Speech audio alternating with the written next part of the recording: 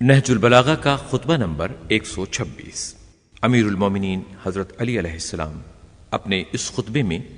بصرہ کے اندر برپا ہونے والے ہنگاموں کا تذکرہ کرتے ہوئے ارشاد فرماتے ہیں: اے احنف، میں اس شخص کو اپنی آنکھوں سے دیکھ رہا ہوں کہ وہ ایک ایسے لشکر کو لے کر بڑھ رہا ہے کہ جس میں نہ گرد و غبار ہے، نہ شور و غوغا، نہ لگاموں کی کھڑکھڑاہٹ ہے، نہ گھوڑوں کے ہنہنانے کی آواز۔ وہ لوگ زمین کو اپنے پیروں سے جو شتر مرغ کے پیروں کے مانند ہیں روند رہے ہوں گے۔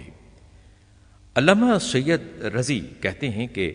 حضرت علی علیہ السلام نے اس سے حبشیوں کے سردار کی طرف اشارہ کیا ہے۔ پھر حضرت علی علیہ السلام نے فرمایا: ان لوگوں کے ہاتھوں سے کہ جن کے قتل ہو جانے والے پر بین نہیں کیا جاتا اور گم ہونے والوں کو ڈھونڈا نہیں جاتا، تمہاری ان آباد گلیوں اور سجے سجائے مکانوں کے لیے تباہی ہے کہ جن کے چھجے گدوں کے پروں اور ہاتھیوں کی سونڈوں کی مانند ہیں۔ میں دنیا کو اوندھا منہ گرانے والا اور اس کی بساط کا صحیح اندازہ رکھنے والا اور اس کے لائق حال نگاہوں سے دیکھنے والا ہوں۔ اسی خطبے کے ذیل میں ترکوں کی حالت زار کی طرف اشارہ کرتے ہوئے حضرت علی ارشاد فرماتے ہیں: میں ایسے لوگوں کو دیکھ رہا ہوں کہ جن کے چہرے ان کی ڈھالوں کی طرح ہیں کہ جن پر چمڑے کی تہیں مڑی ہوئی ہوں۔ وہ ابر ریشم و دیبا کے کپڑے پہنتے ہیں اور اصیل گھوڑوں کو عزیز رکھتے ہیں، اور وہاں کشت و خون کی گرم بازاری ہوگی، یہاں تک کہ زخمی کشتوں کے اوپر سے ہو کر گزریں گے اور بچ کر بھاگنے والے اسیر ہونے والوں سے کم نہ ہوں گے۔ اس موقع پر حضرت علی علیہ السلام کے اصحاب میں سے ایک شخص نے جو قبیلہ بنی کلب سے تھا، اس نے عرض کیا: یا امیر المومنین، آپ کو تو علم غیب حاصل ہے۔ جس پر آپ ہنسے اور فرمایا: